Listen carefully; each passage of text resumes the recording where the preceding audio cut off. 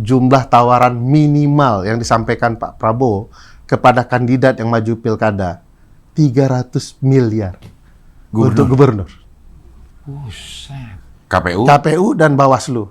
Saya dan teman-teman sering bercanda nih, kayak Tom, Jerry, and Spike. Dari 98 sampai sekarang, ada nggak periode yang ini masih benar on the track seperti yang diinginkan oleh reformasi?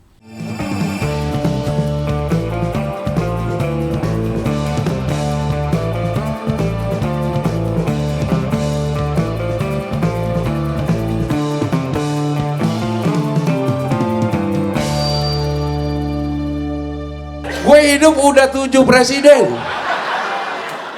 Soeharto, Habibie, Gus Dur, Megawati, SBY, Prabowo.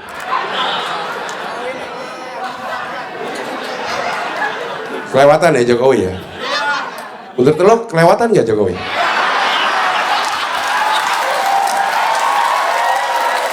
Sama satu, wah kepala sekolahnya bagus nih, public speakingnya oke, lulusan luar negeri.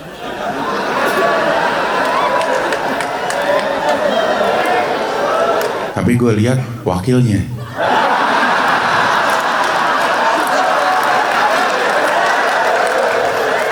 Agak dah, SMA 2, kepala sekolahnya tegas, kayak pensiunan militer kayaknya ya. Tapi jogetnya jago. Tapi gue lihat wakilnya. Agak dah, SMA 3, kepala sekolahnya kayaknya berwibawa di kebapaan. Rambut udah mulai memutih. Wakilnya juga orang pinter nih. Profesor katanya. Gue pilih SMA 3. 16%.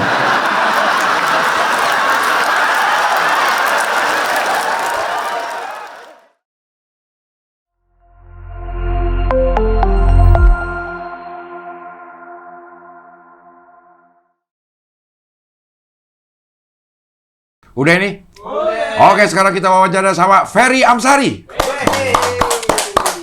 Kita rekaman malamnya ada apa sebutnya, pertunjukan atau apa nih? Tanpa batas. Tanpa batas ex Kementerian Kegelapan. Perlukah Indonesia di-reset? Oh, berat benar. Berat ceritanya. Gue nanya sama Semi, di-reset kemana? Dan apanya yang di-reset? Kalau riset kan kembali ke setelan pabrik. Setelan pabrik Indonesia tuh kayak gimana? Setelan konstitusi, setelan apa yang diinginkan oleh penyusun konstitusi kita. UUD 45? Undang-Undang Dasar 1945. Tapi udah diamandemen. Ya itu kan set awal. Jadi dulu Bung Karno itu bilang begini, Cing, waktu Undang-Undang Dasar naskah kemerdekaan dibuat 18 Agustus 45. Bahwa ini undang-undang dasar sementara, revolusi Groundwet namanya. Oke. Karena ini dibuat untuk kepentingan revolusi, kita baru merdeka, suatu waktu kita perbaiki ketika kondisi kita menjadi lebih tenang dan lebih baik. Oke. Nah, reformasi ketika itu jadi momen untuk memperbaiki apa yang diinginkan oleh founding fathers and mothers kita. Oke. Nah, Undang-Undang Dasar set baru ini adalah lanjutan dari cita-cita yang lampau setelah dievaluasi di ketika reformasi. Jadi kalau mau set yang terbaik adalah kembali ke yang dicita-citakan saat reformasi. Oh, di reformasi berarti nggak balik ke, kalau risetnya sampai ke UUD, kita pilkada dipilih DPRD dong, bener dong. Jadi ada dua model riset ya, riset yang diharapkan ketika reformasi dan riset yang diinginkan para otoritarian. Oke. Yaitu mengembalikan model Orde Baru yang menggunakan Undang-Undang Dasar naskah awal sebagai cantolan kepentingan penghalalan segala cara. Anjay. Iya. Jadi tema ini bisa dipakai juga dong sama penguasa sekarang, riset Indonesia. Ayo kita riset, tapi jangan tanggung-tanggung. Ya, risetnya balik kembali ke UUD 45 misalnya gitu. Sebenarnya gagasan ibu bapak bangsa itu mengalami perkembangan yang kalau mau ditelusuri menarik, Cing. Ya. Jadi tidak hanya berhenti ketika Undang-Undang Dasar naskah revolusi kemerdekaan dibuat, tapi ada perkembangannya. Salah satu perkembangan itu ada di Undang-Undang Pemerintahan Daerah. Ketika era itu ya, tahun 50-an itu berarti ya, yang menyebutkan dalam penjelasannya bahwa pemilihan langsung itu adalah target kita ke depan. Untuk eksekutif. Jadi itu dari tahun 50 udah ada? Udah ada. Cita-cita itu disebutkan di undang-undang, Cik. Jadi karena mereka bilang begini, ini model pemilihan legislatif langsung ini adalah model yang akan kita rancang untuk pemilihan eksekutif baik di nasional maupun di daerah. Kenapa, Cing? Karena itulah model pemurnian sistem presidensial. Jadi sistem presidensial itu sentral kekuasaan ada di presiden. Makanya disebut presidensial kan. Nah, dia merancang pemisahan antara legislatif dan eksekutif supaya kerja eksekutif bisa dikoreksi oleh legislatif. Beda dengan sistem parlementer. Makanya namanya parlementer karena pusat kekuasaan ada di parlemen. Mereka sekali saja memilih parlemen, yang menang dalam pemilu itu di parlemen, otomatis langsung jadi eksekutif di dalam parlemen itu. Di dalam parlemen itu ada eksekutifnya, ada legislatifnya, sih. Ada pemerintah, ada oposannya. Makanya disebut parlementer. Kalau yang modelnya adalah dipilih oleh DPR atau DPRD, kelemahannya apa? Kelemahan satu, nggak matching dengan bangunan konstitusional kita yang presidensial. Kedua, transaksi yang digadang-gadang bahwa ini akan mencegah politik uang dan segala macam. Penghematan misalnya juga. Penghematan dan segala macam itu akan lebih parah. Kenapa disebut lebih parah? Ya karena transaksinya akan lebih terkotak di parlemen saja. Sementara transaksi yang disebut money politik haram dan segala macamnya itu tidak memastikan kepentingan politik, Cing. Misalnya kita berdua nih disogok serangan fajar. Kita terima uangnya, belum tentu kita pilih orangnya kan? Karena alat ukurnya nggak jelas. Tapi kalau di parlemen, 10 orang, sogok saja 6 orang. Menang sudah. Jadi transaksionalnya terukur, matematis. Sementara transaksi dengan publik enggak. Kalau Anda tidak betul-betul disukai, pilihan Anda adalah curang untuk menang. Money politik dan lain-lain. Kedua, itu menjauhkan relasi elit dengan rakyat. Kebiasaan elit kita tidak bekerja dengan baik, Cing. Jadi, Cing lihat dah, pemilu kita itu andalannya adalah baliho dan spanduk. Itu mahal tuh, Cing. Biaya produksi itu? Biaya produksi itu. Alat peraga kampanye istilahnya, APK.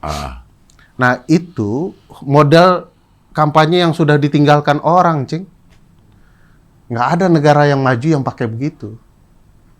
Karena menjauhkan yang mau dipilih dengan pemilihnya. Cukup pasang itu berminggu-minggu atau bahkan berbulan-bulan, kita akan lihat foto Cing Abdel di setiap sudut. Lama-kelamaan orang pikir, siapa nih orangnya? Oh, dia mau maju. Oh, dia di daerah saya. Oh, ya udah, nggak ada yang lain, pilih. Sehingga publik tidak mengenal orang yang mereka pilih. Nah, kalau hilang APK itu, mereka pasti akan datang kepada pemilihnya.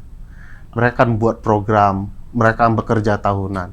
Nah, sebagian elit politik kita kerja-kerja real dalam ruang politik sesungguhnya, nggak mampu, Cik. Nggak mampu apa nggak mau? Nggak mampu dan nggak mau. Ada yang nggak mampu karena terlalu banyak joget, yang kata Panji 1, 2, 3 itu. Nggak mampu itu. Tapi ada juga yang nggak mau karena mungkin terlalu tua, sudah senior, terlalu elit, terlalu kaya dan segala macamnya. Jadi kalau yang, nah idealnya, kalau kita mau contoh dengan kondisi negara kita ini, pemilu yang kayak gimana yang ideal? Ya, tidak ada pemilu, rancang bangun pemilu yang betul-betul sempurna, ideal itu. Tetapi yang menyesuaikan dengan gagasan dan memastikan keterwakilan publik betul-betul terjadi, itu bisa dilakukan. Dan kita memilih sistem presidensial yang artinya langsung. Dan Mahkamah Konstitusi bilang juga begitu. Keputusan 70, 71, 135 bilang bahwa model kita adalah model pemilu yang azasnya langsung menurut pasal 22E Undang-Undang Dasar. Langsung umum, bebas, Bebas, rahasia, jujur dan adil 5 tahun sekali. Oke. Nah, itu azasnya 22E itu. Ya, model itulah yang harus diterapkan dan memastikan relasi pemilih dengan orang yang mau dipilih itu betul-betul tercipta. Modelnya yang pasti adalah banyak. Salah satu yang digagas oleh teman-teman adalah membangun demokrasi internal di partai politik. Kenapa partai politik berkaitan dengan sistem pemilu, Cing? Karena pemilu kita butuh orang-orang, subjeknya kan orang-orang di partai politik. Iya. Cuman kita nggak ada partai, Cing. Oke. Indonesia itu nggak ada partai, yang ada perusahaan keluarga diberi nama partai. Iya. Partai itu adalah kesamaan visi. Dua orang misalnya, saya, Cing, kita buat partai, yuk, kita perjuangkan ideologi kita, kepentingan kita bareng-bareng. Bareng-bareng, Cing. Bukan keluarga tertentu, elit tertentu. Nah, di Indonesia elit semua. Kalau bubar tuh yang punya partai, bubar juga Bubar. partainya. Iya. Nah, ini problematika. Kita mau kandidasi itu berjalan dengan baik di partai. Salah satunya, Cing, misalnya orang kalau mau maju jadi anggota DPRD, dia harus berjenjang. Jadi anggota partai dulu 3 tahun. Jadi bupati wali kota 4 tahun. Ya. Sehingga nggak ada yang tiba-tiba. Karena dia punya uang, dia langsung calonkan, langsung maju, langsung menang. Tapi memang berproses. Nah, itu akan jauh lebih baik bagi kita karena orang yang akan terpilih dia sudah punya pengalaman, Cing, nggak tiba-tiba. Karena dia mentang-mentang penyanyi, ya, tiba-tiba nyanyi.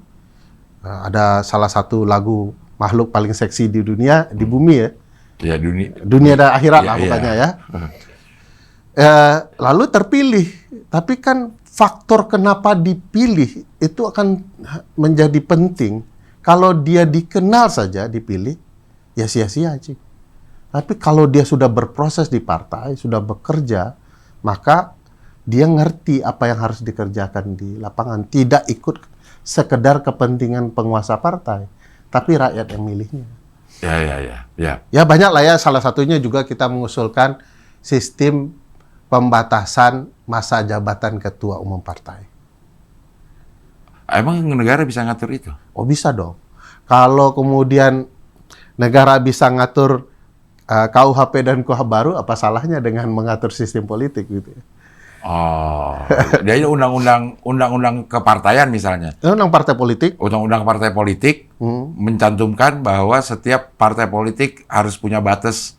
Ya. Kalau sekarang nggak.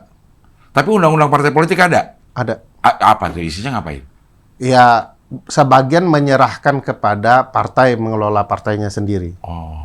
Nah, karena kita budaya berpartai kita itu ada nuansa yang saya sebut sebagai perusahaan keluarga itu. Iya. Nah, itu yang harus dihilangkan. Jadi partai sesungguhnya. Nah, apa yang kemudian dikeluhkan misalnya oleh banyak orang soal pemilu, pilkada langsung dan lain-lain itu ya berkaitan dengan partai itu. Kalau kita lihat misalnya biaya mahal, ya karena partai buat biaya itu jadi mahal. Partai ngasih uang mahar.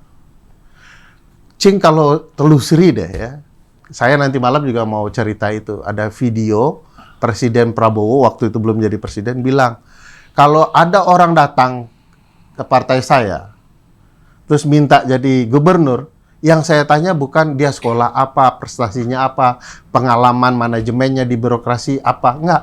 Yang saya tanya, lu punya uang berapa? Karena itu modal dasar dari pencalonan. Iya. Bayangkan, orang itu sekarang jadi presiden dan bilang, politik kita itu tiring, messy, costly. Yang buat costly itu dia, orang-orang partai, termasuk presiden. Kalau di video itu, jumlah tawaran minimal yang disampaikan Pak Prabowo kepada kandidat yang maju pilkada, 300 miliar untuk gubernur.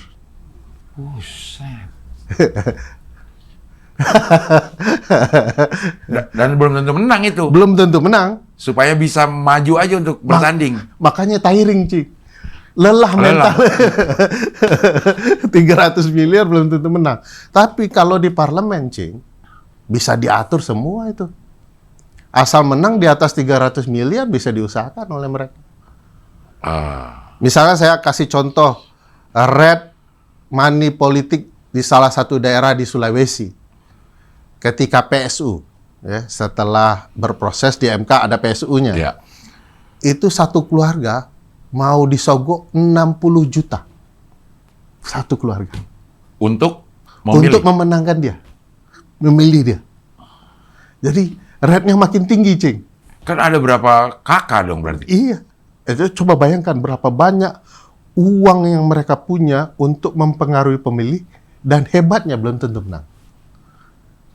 Tapi kalau 10 orang di parlemen, ya katakanlah satu daerah itu rata-rata antara 15 lebih ya, satu anggota parlemennya, mudah sekali tuh, Cing. Mempengaruhi untuk kemenangan gitu. Nah, ini kan itu udah sampai tahu nih datanya. Ada yang orang bayar 60 juta per kepala keluarga. Itu kok nggak ada tindakan? Pertanyaannya gini, Cing.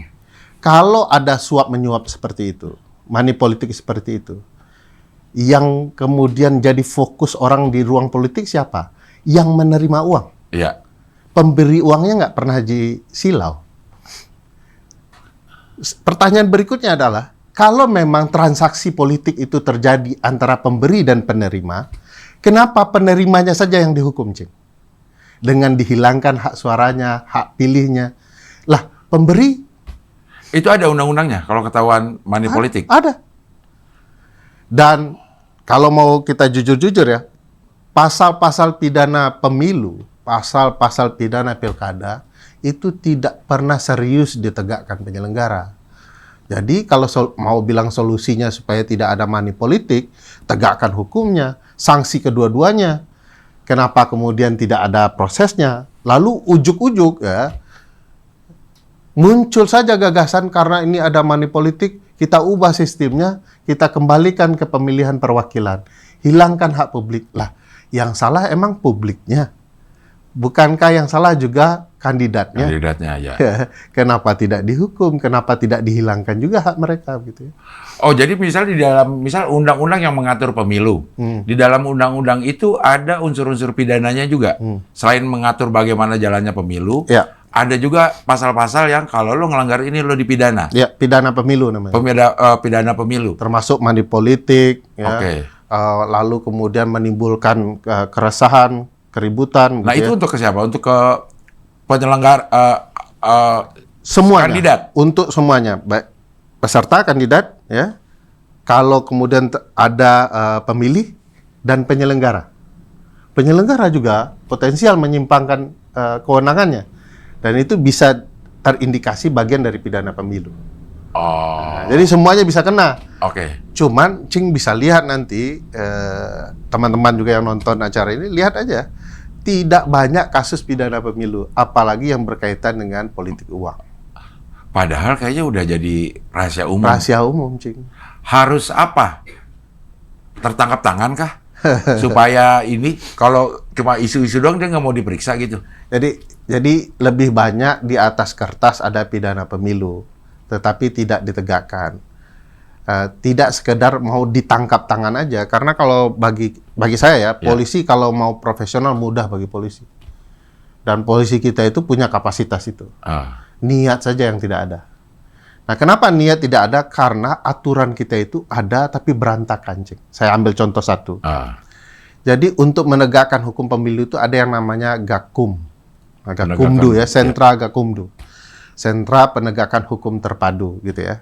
Terdiri dari 3 lembaga, Bawaslu 1, Badan Pengawas Pemilu, Polisi 1, Jaksa 1. Nah, kalau mereka menemukan ada pidana pemilu, ditangkap, mereka akan diskusi bertiga aja. Bawaslu, Polisi, Jaksa. Wah, ini duduk nih. Bahwa ini jelas-jelas pidana pemilu. Bukti-buktinya konkret. Nah, logika Cing, setelah mereka mengatakan ini pidana pemilu, kemana kira-kira kasus ini dibawa? Logika aja, Cing. Ini sudah lengkap nih. Pengadilan harusnya. Pengadilan kan? Ya. Saya sama. Tapi hukum kita bilang enggak. Setelah Gakumdu setuju bahwa ini pidana pemilu, maka akan diserahkan kepada kepolisian. Udah ulang lagi. Kan udah ada di situ. Nah, itu polisi sudah ada di sini. Kenapa tidak langsung ke pengadilan? Istilahnya P21, berkas lengkap. Karena udah ada polisi, udah ada kejaksaan. jaksa. Iya. Ada jaksa penuntut umumnya di sini bagian itu. Nah, anehnya pemilu kita mengatur bahwa itu balik dulu ke kepolisian. Jadi berputar-putar, bertele-tele dan segala macam. Uniknya, Cing, kalau Cing nanti perhatikan lah, teman-teman perhatikan. Kasus-kasus yang ditangani Sentra Gakumdu, setelah naik dibawa ke polisi, pilkadanya Udah selesai. selesai, iya kan? Lalu nanti akan ditanya, gimana kasus itu? Pilkada kan sudah selesai. Lah, kejahatannya kan belum selesai. Jadi ada banyak problematika serius di soal penegakan hukum pemilu dan pilkada. Nah, itu misalnya ya, apa sih motivasinya dibalikin? Misalnya itu kan maksudnya kita aja bisa mikir, orang udah ada jaksa, udah ada polisi, udah ada si Bawaslu yang mungkin yang menemukan pelanggarannya kan di situ. Kenapa harus dibalikin polisi? Ininya apa? Logikanya tidak sehat. Kan pasti ada dong, nggak mungkin. Logikanya apa gitu supaya kalau mau dikatakan itu logika agar kemudian kasus tidak dijalankan efektif, lebih dekat ke sana. Jadi kasus itu motivasinya supaya bertele-tele. Sangat politis ya. Nggak ada niat baik dari itu. Nah, ya ini ada mens rea-nya ini. Apa kebalikan dari mens rea-nya nggak ada? Ya, nggak. Jadi enggak, misalnya gini, kita anggap bahwa kalaupun dibalikin, ini prosesnya bisa cepat. Prosesnya bisa cepat. Nggak bisa, Cing. Kalau balik ke polisi, maka secara hukum harus diserahkan dulu ke kejaksaan. Polisi bukanlah institusi yang dirancang untuk menuntut perkara di pengadilan. Jadi coba bayangkan ya, di Sentra Gakumdu sudah ada polisi jaksa, duduk kasusnya, balik ke polisi, dari polisi ke jaksa lagi, Cing. Dari kejaksaan baru dibawa ke pengadilan. Iya, memang jadi bertele-tele ya. Cuman kalau kita ambil bahwa dengan pemikiran bahwa itu bisa dilakukan cepat, bisa dilakukan karena ini udah matang nih di Gakumdu, ya kita ulang lagi sini, ya 2 atau 3 hari udah P21 misalnya gitu. Saya ambil contoh ya, Cing. Ya. Cing orang Sentra Gakumdu. Saya orang kepolisian. Yang ada di Gakumdu bukan? Yang di Gakumdu. Oke. Jadi Cing itu representasi dari Bawaslu, polisi dan jaksa ya. Oke, ya. Isinya manusia semua kan? Ya. Potensi nggak Cing dan saya berbeda pandangan terhadap sebuah kasus? Potensi dong. Nah, begitu Cing bilang iya, saya bilang tidak. Gimana nasib penyelidikan di sana? Kan apakah prosesnya lebih cepat? ya lama. Saya mau ada satu kisah kasus fakta. Partainya sebutlah PSI gitu ya. Iya. Waktu itu nomor 11 kalau saya tidak salah, kampanye di koran sebelum hari kampanye. Oke. Oleh Sentra Gakumdu itu melanggar pasal. Tidak boleh kampanye sebelum hari kampanye. Begitu diserahkan ke kepolisian, dinyatakan tidak terpenuhi unsur. Karena? Mau apa penyelidikan? Ya dianggap tidak memenuhi unsur aja.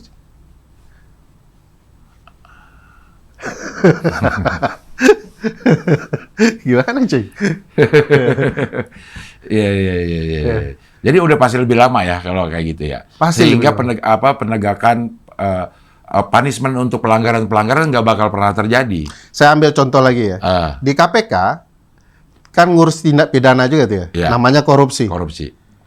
Begitu di KPK dirancang, di dalamnya ada penyelidik KPK, ada penyidik Polri, ada jaksa. Begitu selesai, langsung dibawa ke pengadilan, Cik. Pengadilan tipikor itu? Tipikor. Itu yang disebut sebagai proses yang efektif, efisien. Nah, kalau pemilu nggak begitu. Oh. Iya, maksudnya niatnya memang niat untuk memperlama dong. Jadi ya tadi karena lama ya pilkada udah selesai. Udah selesai. Dan itu hampir bisa dibaca di banyak kasus di pemilu dan pilkada. Proses itu berputar-putar. Oh. Karena mau ada itu yang RUU Pemilu. Ya. RUU Pemilu. Ini RUU Pemilu, rancangan undang-undang revisi pemilu yang udah ada. Itu siapa yang mengusulkan? Atau memang program prolegnas ya? Apa sih? Ya, program legislasi nasional sudah masuk lama dan difokuskan akan dibahas di 2026 ini. Oke. Untuk pemilu 2029? Untuk pemilu 2029. Oke.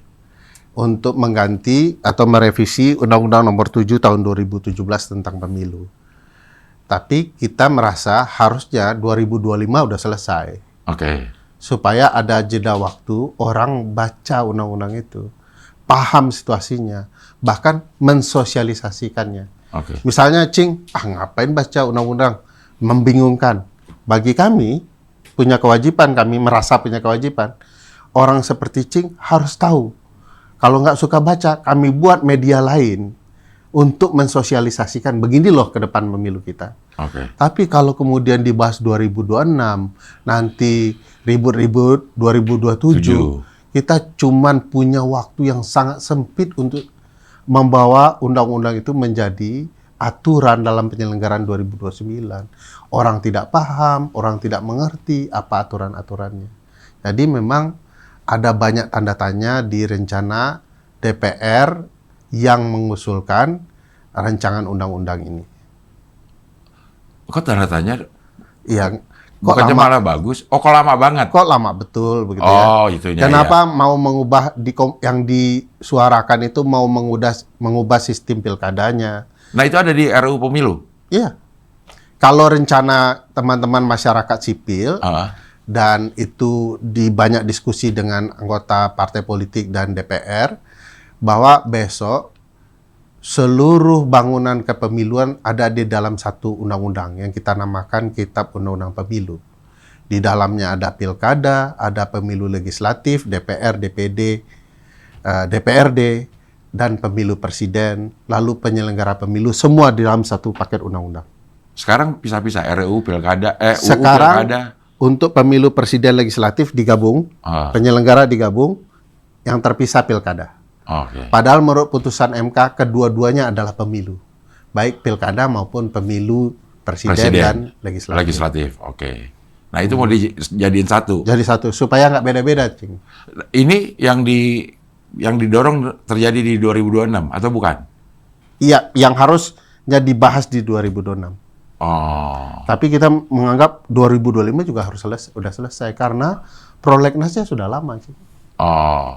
Kalaupun ada yang mau direvisi, bagian-bagian pentingnya apa aja? Ya banyak ya.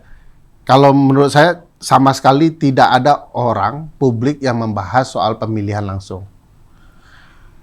Concern problematikanya ada di soal tindak pidana pemilu yang berupa money politik, ya, penyimpangan kepemiluan yang sifatnya pidana. Kedua, penyelenggara pemilu kita yang KPU sewa, gitu? Ya KPU. Oke. Sewa pesawat jet pribadi, private jet gitu ya. Sewa helikopter, beli mobil mewah, 1 orang 3 mobil mewah. KPU kita yang kemudian ada pelanggaran etika luar biasa. Ketujuh-tujuhnya, Cing. Komisioner. Ketujuh-tujuhnya. Punya pelanggaran etika? Iya. Cing, tahu nggak bahwa komisioner kita itu dihukum karena menyewa private jet yang tidak dibutuhkan selama pemilu. Penyelenggara pemilu kita sengaja, ya, diketahui dalam sidang DKPP, sengaja dalam berbagai hal berpihak kepada calon-calon tertentu. Penyelenggara pemilu kita terlibat dalam meloloskan partai-partai yang sebenarnya tidak layak lolos menjadi peserta pemilu. Komisioner kita ada yang bermain quote and quote asmara dengan penyelenggara pemilu, ketua partai versus ketua KPU. Dan itu tidak hanya terjadi di KPU nasional. Kurang paripurna. KPUD juga? KPUD dan lain-lain, Bawaslu. Semua terlibat. Nah, ini bangunannya juga aneh nih, Cing. Kan 3 nih penyelenggara pemilu kita, DKPP, KPU dan Bawaslu. Saya dan teman-teman sering bercanda nih, kayak Tom, Jerry, and Spike. Kalau kartunnya itu, mereka kan berkelahi terus tuh, Tom and Jerry. Datang Spike, tidak menyelesaikan keributan, malah menambah keributan. Dan itu juga terjadi di penyelenggara pemilu kita. KPU dan Bawaslu ribut, tiba-tiba datang DKPP, nambah masalah. Ada peraturan yang diinginkan oleh partai politik, debat nih mereka bertiga.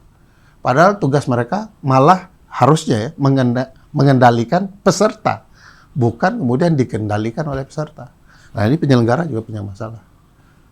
Cing pernah dengar kasus Borobudur kamar 18, kosong berapa saya lupa ya. Iya. Nah, kasus itu menunjukkan aneh betul, ada penyelenggara pemilu kita punya affair dengan penyelenggara pemilu luar negeri.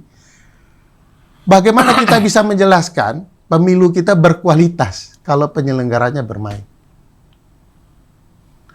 Cing ingat kasus Pak Amin Rais nggak? Partai Umat. Partai Umat ya.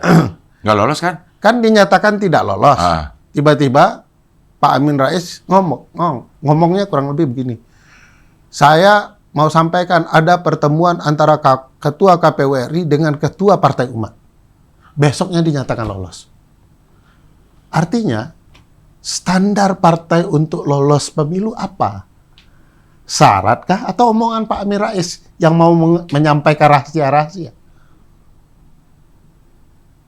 Jadi, bayangkan penyelenggara kita sendiri bermasalah. Ada problematika di penyelesaian sengketa pilkada dan pemilu di Mahkamah Konstitusi. MK sampai hari ini tidak ada undang-undang tentang hukum acara Mahkamah Konstitusi yang di dalamnya soal penyelesaian sengketa pemilu dan pilkada. Nggak ada tata caranya? Nggak ada Undang-undangnya? Nah, tata caranya ada dibuat MK sendiri. Dan itu punya kecenderungan berubah-ubah. Kalau MK nggak nyaman hatinya diubah aja ya tata caranya sendiri ya. Saya ambil contoh ya. Memang idealnya harus ada undang-undang. Harus ada undang-undang. Hukum acara itu supaya hakim tidak atas perasaan keinginan dia. Hukum apa yang harus dia terapkan, ya dia harus diatur oleh undang-undang. Jadi dia nggak boleh seenak dewe juga. Kan MK ini juga baru ada 2003. 2003. Di negara lain ada nggak posisinya seperti MK? Emang harus ada di negara demokrasi?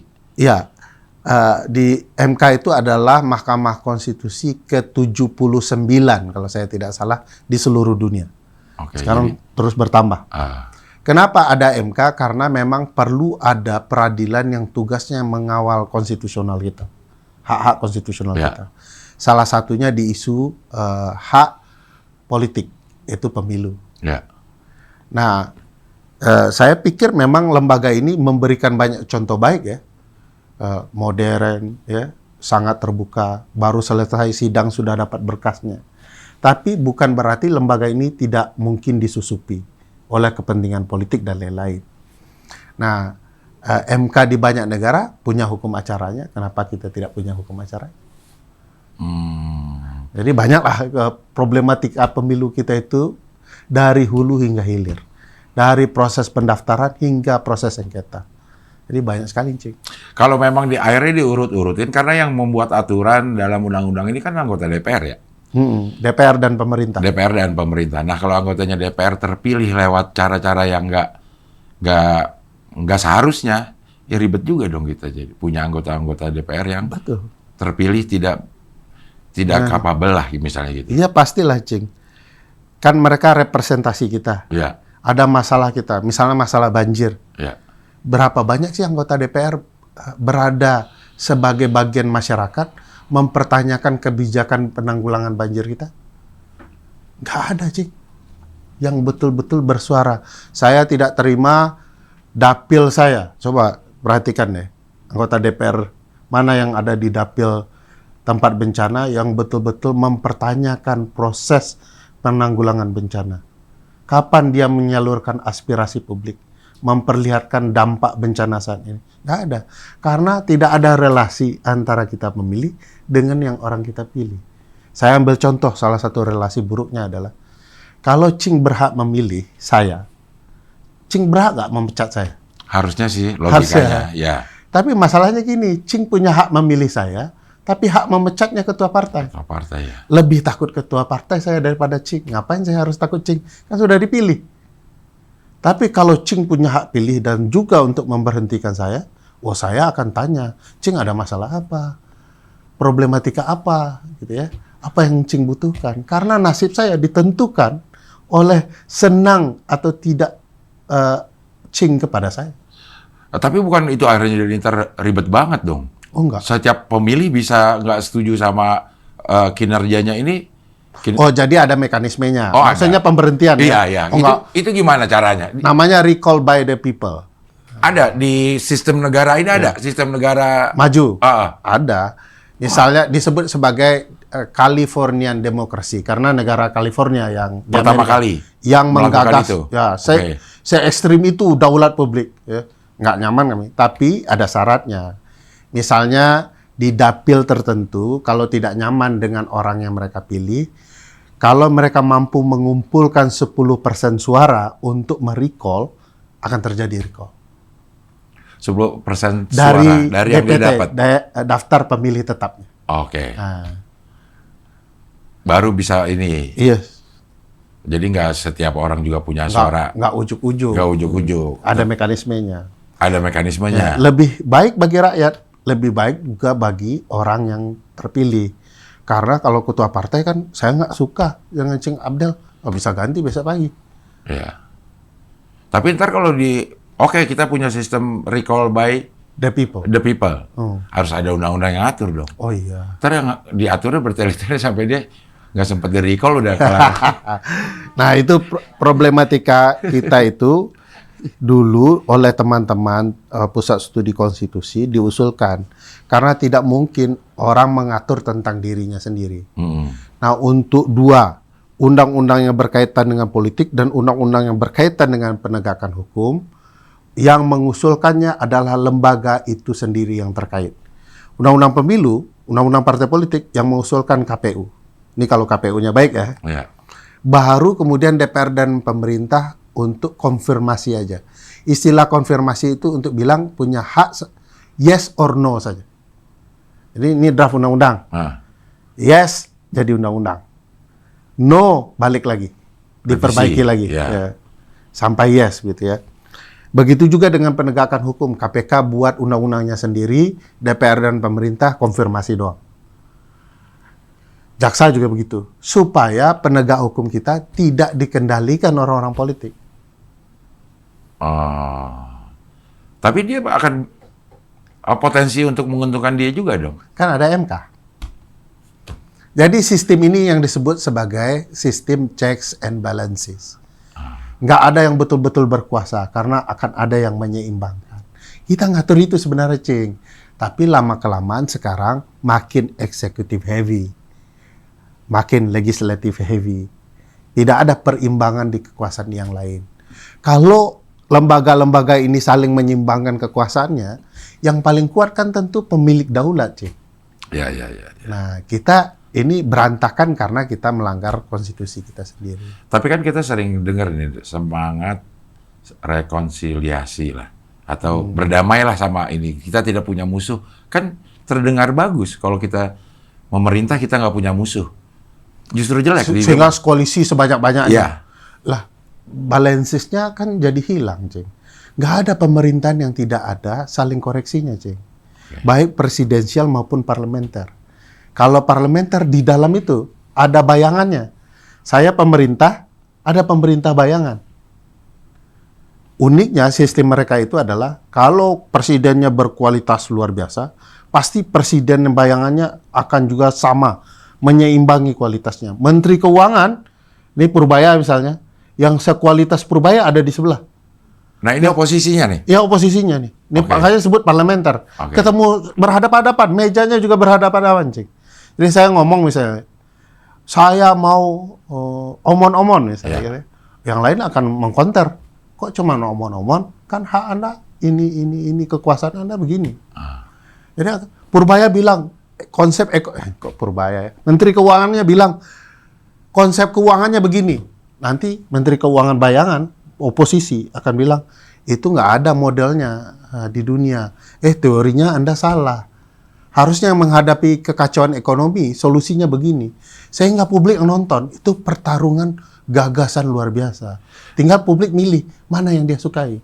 Jadi setiap kebijakan yang dikeluarkan oleh eksekutif itu udah diuji dulu di situ. Di sana. Bahkan kalau tiba-tiba dikeluarkan, wah bisa ribut tuh di parlemen. Kita juga modelnya begitu. Cing lihat ya sekarang kan Donald Trump di Amerika kan presidensial tuh. Republik pasti ganyang seluruh kebijakan Donald Trump. Jadi saling ada oposisinya. Walaupun di Amerika tidak disebut sebagai oposisi seperti di parlemen. Tapi itu opposite-nya. Demokrat mungkin yang ini. Sorry. Demokrat yang menjadi yang apa? Demokrat. oposisi. Republiknya si Donald Trump kan. Ya. Nah,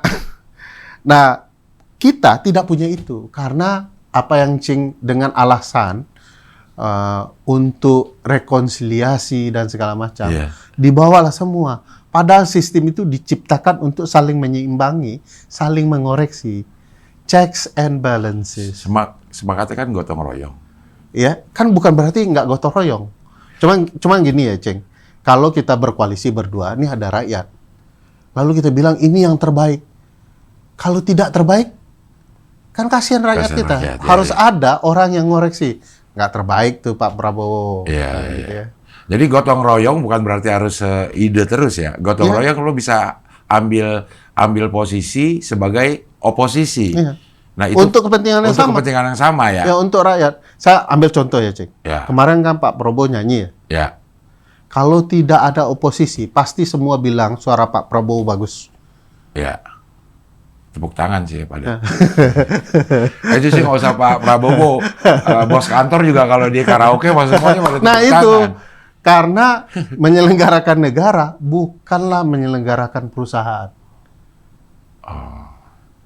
Negara ini bicara kepentingan orang banyak, perusahaan bicara untung kita. Apalagi pemilik perusahaan kan. Iya. Jadi menurut saya oposisi itu sesuatu yang wajib dan itulah yang dirancang. Dan partai kita itu selalu Cing, ngakalin gimana supaya rakyat itu memaklumi kerja-kerja mereka yang salah. Dulu Cing, kita tuh punya sistem pileg dulu, baru pilpres, ya kan? Ingat nggak Cing? Iya. Orang yang sudah hidup di 7 presiden kan? Soeharto, Habibie, Iya. Gus Dur, Iya. Megawati, SBY. SBY, dan Prabowo kan? Kelewatan tuh. Dulu pernah pileg. Artinya yang terpilih sebagai anggota legislatif yang akan milih apa namanya? Bukan. Problematikanya, sorry. Ketika pileg, mereka berkoalisi. Ada katakanlah 2 kubu ya. Ya. Begitu, terpilih dan maju pilpres, koalisinya berubah, Cing. Pecah jadi 3. Nggak konsisten. Nah, orang berpikir, oh kalau gitu kita serentakkan saja supaya partai-partai tidak ngakalin kita, mengubah-ngubah koalisinya sesuai dengan kepentingan. Begitu pilpres, beda calon, kayaknya di survei beda deh nasibnya, berubah komposisi. Nggak konsisten. Jadi kita bingung nih mau gimana sebenarnya. Begitu mereka selesai pilpres, koalisi yang 3 itu berubah jadi 1. Jadi orang tambah bingung. Nah ayo kita sentakin aja. Jadi supaya mereka betul-betul di koalisi yang sama, di pileg dan di pilpres, kan gitu ya. Tapi begitu selesai pilpres dan pileg, rubah lagi koalisinya. Jadi ini cara politisi ngakalin kita. Nah ini sistemnya yang salah atau secara individualnya deh atau partainya yang salah. Balik ke pertanyaan Cing di awal tadi. Ini kan jelas bahwa tidak ada problematika yang besar di sistem. Problematikanya di orang, yaitu di partai. Ya. Makanya kami bilang, kalau mau memperbaiki sistem, jangan lupa memperbaiki orang. Karena ada teori Gigo kan, Cing? Garbage in, garbage out. Ya. Ngapain kita ngurusin sistem kalau yang masuknya sampah? Karena apapun model sistemnya yang keluar akan sampah. Ya. Nah, oleh karena itu perbaiki juga partai politik agar betul-betul menjadi partai yang baik, agar apapun sistem dengan berbagai kelemahannya yang kita pilih, ya akan menghasilkan orang baik. Ya. Nah, coba aneh, kita lihat ya, Yang masalah orangnya, pemilihan langsungnya yang diubah. Ya, ya. Tapi kan ada kalau POV-nya dari yang bermasalah adalah sistemnya. Kan bisa dong. Ya sistem oke diperbaiki, tapi apakah betul-betul semata-mata sistem masalah? Jangan-jangan orangnya. Ini kita ngomongin yang pilkada langsung atau nggak langsung ya, gitu. Emang kalau secara objektif, ini yang lebih banyak bermasalah apakah sistemnya atau orang-orangnya? Orangnya. Nah, benerin orangnya kan lebih lama daripada benerin Lebih sistem. lama atau tidak mau? Saya merasa tidak mau. Kalau kita mau sepakat, seluruh sistem itu sudah terbangun. Bahkan di hal-hal tertentu memang perlu diubah. Ya. Tetapi tidak akan berarti banyak kalau pemainnya tidak diubah. Emang di sepak bola gitu, Cing. Kalau ada masalah pemain, aturan sepak bolanya yang diubah. Nggak, pemainnya yang diganti, Cing. Iya, iya, iya. Kalau tidak-tidaknya pelatihnya. Amorin lah diganti. Iya, iya, iya, iya. Logikanya sih gitu ya, memang. Ya, logikanya sederhana sebenarnya, tapi politiknya yang luar biasa. Ya, logikanya sederhana, tapi kalau misalnya mau dilakukan kan akhirnya lama. Kita bisa milih orang-orangnya ini tuh lama, supaya orang-orang yang masuk dan bermain di politik bisa tersaring lah. Ini orang yang benar. Misalnya kalau mau mengubah sistem, itu yang berkaitan dengan orang adalah memastikan pembatasan masa jabatan ketua, sistem kandidasi yang berjenjang.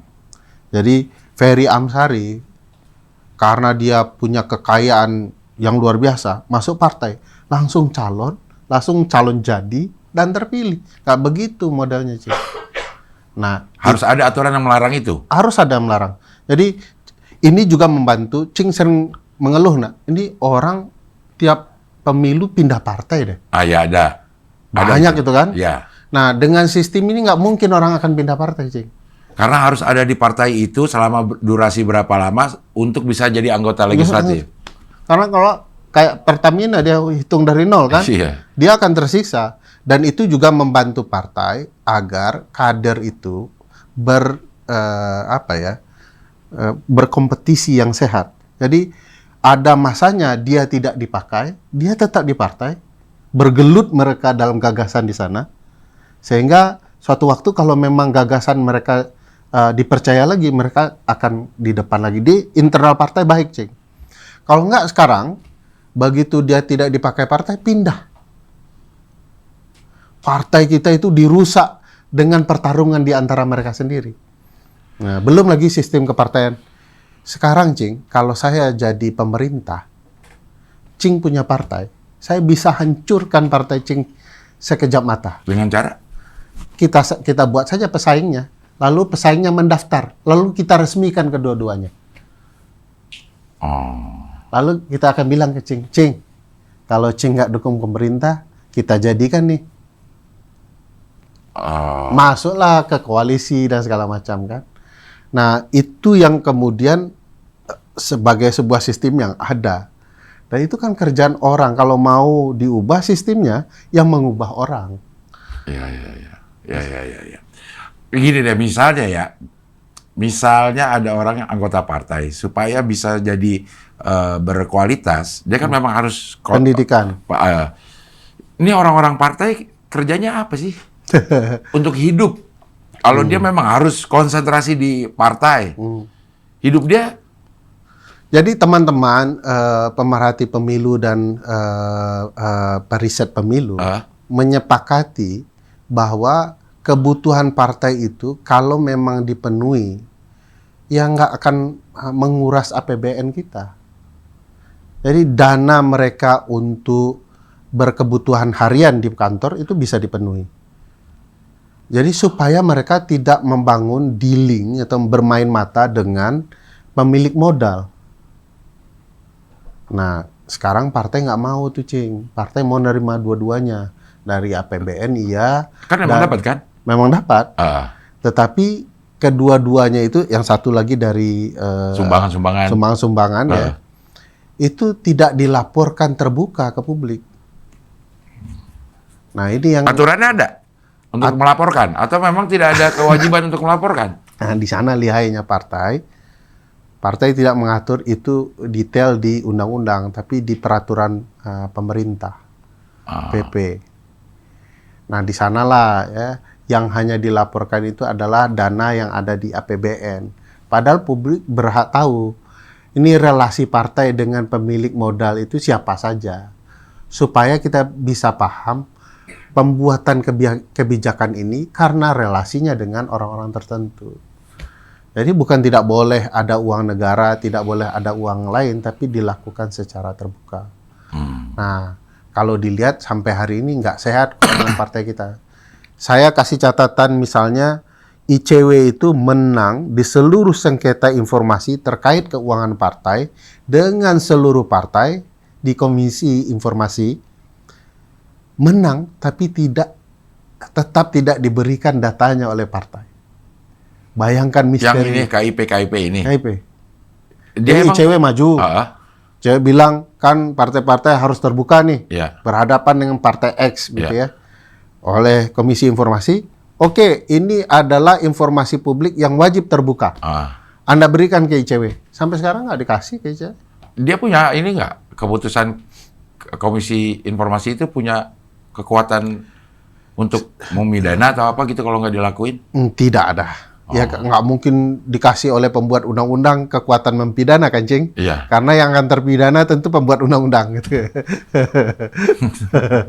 Ya sulit ya. Jadi ya makanya sistem kita yang lingkaran setan ini harus di Riset. Ya, di riset. Di riset Indonesia ya sayang sih malam ini jadi. Iya.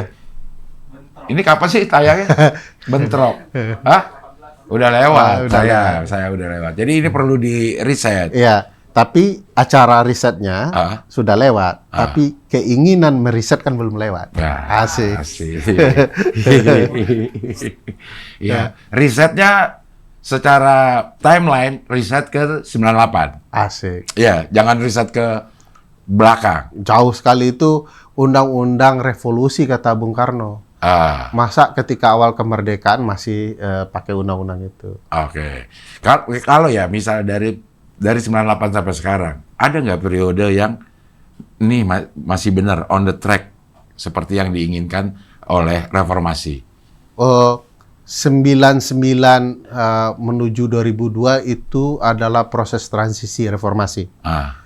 Dari 2002 ke pemilu berikutnya 2004 ya? Pemilu 2004 langsung pertama.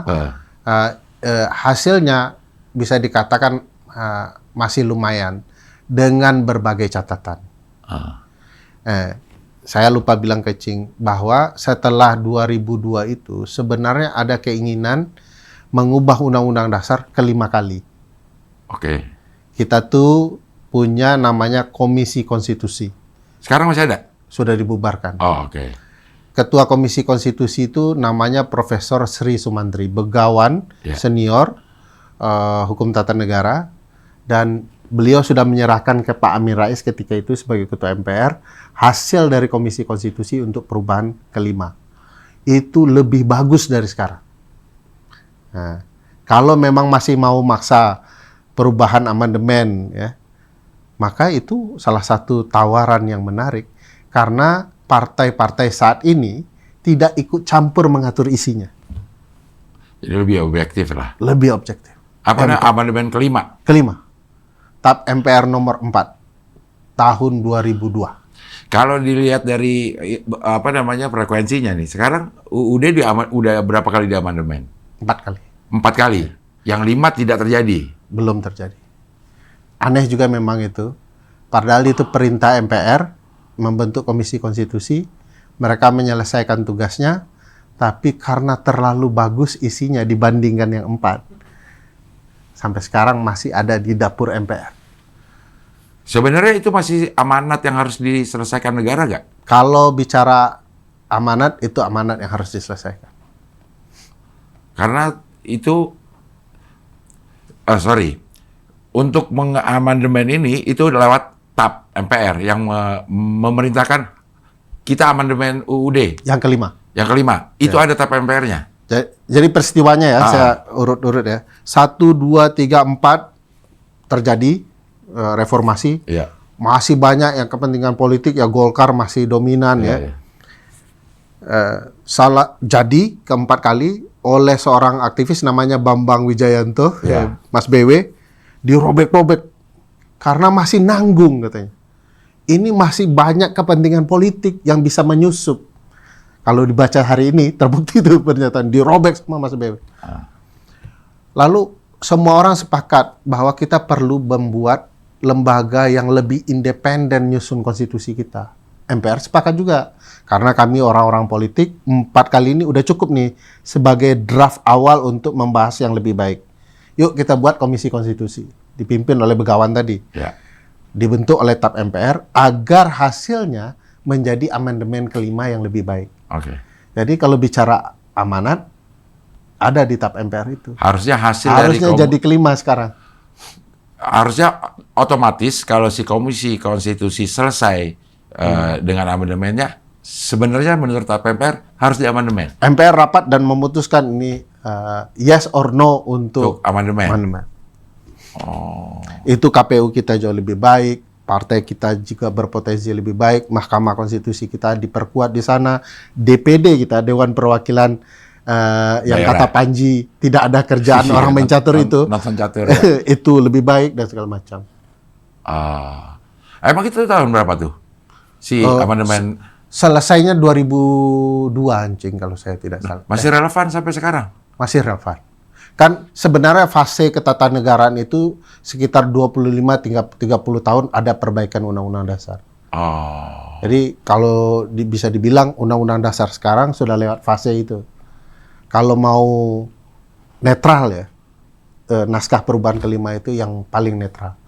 Dibandingkan kalau mereka bicara perubahan dengan versi mereka saat ini, pasti tidak akan netral. Iya. Ini kalau yang kemarin UU yang bukan UU ya, perubahan yang dipilih oleh DPRD gitu, itu amandemen UUD nggak? Jadi ada perdebatan soal bunyi pasal 18 Undang-Undang Dasar. Bunyinya kurang lebih begini, gubernur, bupati, wali kota dipilih secara demokratis. Oleh partai politik ditafsirkan kata demokratis itu bisa juga dipilih langsung atau dipilih perwakilan di DPRD. Nah, pertanyaan besarnya, benarkah tafsir itu? Dalam penelusuran saya perlu sampaikan, tapi bukan untuk mengkerdilkan DPR dengan pendapat-pendapatnya. Saya konsentrasinya hukum tata negara, fokusnya adalah tafsir konstitusi. Saya meneliti itu, punya buku soal itu, belajar banyak soal itu. Jadi saya tidak mau menggunakan ini untuk menjelaskan mereka itu ngasal buat tafsir gitu ya. Tapi saya mau bilang argumentasi saya punya basis keilmuannya. Pasal 18 itu, demokratis itu karena situasi kita ketika itu menginginkan pemilihan langsung, tapi juga penghormatan terhadap daerah-daerah khusus. Daerah-daerah khusus itu adalah Yogyakarta, Papua, Aceh, dan DKI Jakarta. 4 daerah ini punya model yang pasti berbeda dengan pemilihan langsung. Lalu, kata apa yang digunakan untuk pasal 18 ini? Tidak mungkin kata langsung, karena akan mengerdilkan 4 daerah khusus ini. Maka digunakan kata netral, yang bisa melalui langsung dan juga bisa melalui cara khusus. Kata demokratis itulah datang. Tiba-tiba anggota DPR RI bilang, kata demokratis itu bisa berarti untuk perwakilan. Nah, kalau diubah semuanya menjadi perwakilan, maka yang khusus ini bagaimana? Padahal ini dirancang untuk memberikan ruang kekhususan sekaligus meletakkan bangunan umum. Makanya dalam putusan MK pasal 103 putusan Mahkamah Konstitusi nomor 135 PUU 22 Romawi itu mengatakan bahwa pemilu kita ke depan akan punya 2 cara, yaitu pemilu nasional dan pemilu daerah. Yang jaraknya pemilu daerah itu 2 tahun atau 2,5 tahun setelah pemilu nasional. 2 pemilu ini menggunakan azas pemilu. Apa itu azas pemilu? Langsung, umum, bebas, rahasia, jujur, adil 5 tahun sekali. Nah, perdebatannya adalah di soal 5 tahun sekali sebenarnya. Karena setelah ini akan ada kepala daerah yang akan terlewat dari 5 tahun pasca putusan. MK menjelaskan lewatnya masa itu sebagai proses transisi dalam pemilihan daerah. Tapi sifat langsungnya MK pertahankan. Jadi harusnya pemilu ya langsung. Jadi DPR punya tafsirnya sebenarnya tafsir kepentingan. Dari mana tudingan ini, Cing? Kalau mau dicek, misalnya PAN gitu ya. PAN itu pengusul pemilu kada langsung ketika reformasi. Nah, kenapa berubah tafsir mereka? Ya tafsir kepentingan saat ini. Demokrat itu mempertahankan melalui kebijakan SBY dengan mengeluarkan Perpu. Kenapa ini berubah? Ya karena kepentingannya sudah berubah saat ini. Yang perlu dipertahankan dari pemain politik, dari kontestan ini adalah mereka yang harus ikut tafsir yang benar. Jangan aturan ikut tafsir mereka. Pasti kacau, Cing, kalau tafsir mereka. Kan mereka pesertanya. Pernah emang ada kompetisi peserta harus diikuti panitia, Cing. Nah, artinya gini, kalaupun mau diubah, ini tidak serumit mengamandemen berarti? Enggak. Gampang benar? Gampang benar. Mereka akan mengabaikan putusan Mahkamah Konstitusi, menafsirkan apa yang disebut di pasal 18, dan memaksakan pelaksanaannya ke masyarakat. Kalau Cing ingat, selalu ada penolakan besar ketika rakyat diambil kekuasaannya. Ingat waktu Pak SBY mengeluarkan Perpu, itu demo besar-besaran. Waktu kemudian Kaisang mau dibuka potensinya melalui putusan Mahkamah Agung, lalu MK memperbaiki, tidak boleh di saat pemilu diubah-ubah, lalu anggota DPR memaksakan ya, ingin tetap menggunakan putusan Mahkamah Agung dengan mengubah undang-undang pilkada, masyarakat lebih marah lagi. Jadi harus ditimbang betul oleh Pak Presiden, suara publik, agar kita kerjanya nggak ribut terus, Cing. Aturan main ini aja dijalankan, ngapain diubah-ubah gitu. Harusnya bisa benar kalau aturannya dijalankan, yang udah ada nih, dijalankan sebenar-benarnya. Sebenar-benarnya, penyelenggaranya benar, ya, prosesnya benar, tidak ada permainan mengubah sesuatu di tengah jalan. Itu macam-macam, Cing. Misalnya dulu MK itu melarang dalam pemilu kita pelaku kejahatan berulang jadi kontestan. Oleh KPU dan DPR diubah-ubah. Pelaku kejahatan berulang itu korupsi, narkoba. Berulangnya artinya udah pernah ketangkap lagi? Kejahatannya, Cing, bukan penggunanya ya. Iya. Ya, jadi mereka potensial selalu berulang-ulang. Dan kejahatan kekerasan seksual terhadap anak. 3 ini. Itu dilarang tadinya? Dilarang oleh MK. Nah, itu mulai badalinya. Itu kan yang harusnya ancaman pidananya 4 tahun. Ini kan dipidana hanya 2 tahun. Semua orang hukum paham bahwa yang ancaman itu adalah yang dituntut oleh jaksa. Bukan vonis hukumnya gitu ya. Jadi cuman ya, mutar-mutar akhirnya terjadi, diperbolehkan. Pasti ada kepentingan yang terselip di situ. Yes. Tapi kan nggak semuanya orang korupsi, nggak semuanya orang pakai narkoba. Sekuat itukah orang-orang yang pernah korupsi dan pernah narkoba untuk membengkokkan itu lagi jadi bisa? Ya semua karena punya kepentingan ya. Begitu mereka punya kekayaan, punya keinginan, ya tentu bermainnya di ketua-ketua partai. Ketua partai melihatnya orang kaya ya punya uang, ya sanksi korupsi ya bisalah gitu, digoyang dikit gitu ya. Jadi kemarin di Sumatera Barat itu kasus korupsi tiba-tiba terjadi PSU, hanya untuk membuka ruang bagi mantan orang yang terlibat kasus korupsi untuk bisa maju. Diulang itu pemilihannya? Diulang. Buset kata dia. Iya. Aduh, sebenarnya pengen ngobrol lama lagi, tapi ini di risetnya sekarang sih. Iya. Oke, ini tayang di YouTube nggak sih nanti di riset ini nih? Katanya Semi. Mudah-mudahan tayang ya. Saya nggak tahu kapannya sih, tapi sepertinya ya. Ya kayaknya sih ini lah. Apa? Netflix. Aduh. Iya. Oke, terima kasih. Makasih, Cing. Profesor, udah profesor belum? Jauh tuh, Cing. Masih jauh. Ya, kami sedang mau merayakan profesornya Zainal Arifin Mokhtar sekarang. Iya. Karena susah jadi profesor, jadi orang baik. Gitu. Iya. Terima kasih Ferry Amsari sudah membuat pencerahan ini buat banyak orang. Mudah-mudahan yang dengar juga tercerahkan. Oke lah, kalau gitu sampai ketemu lagi di wawancara dengan tamu berikutnya.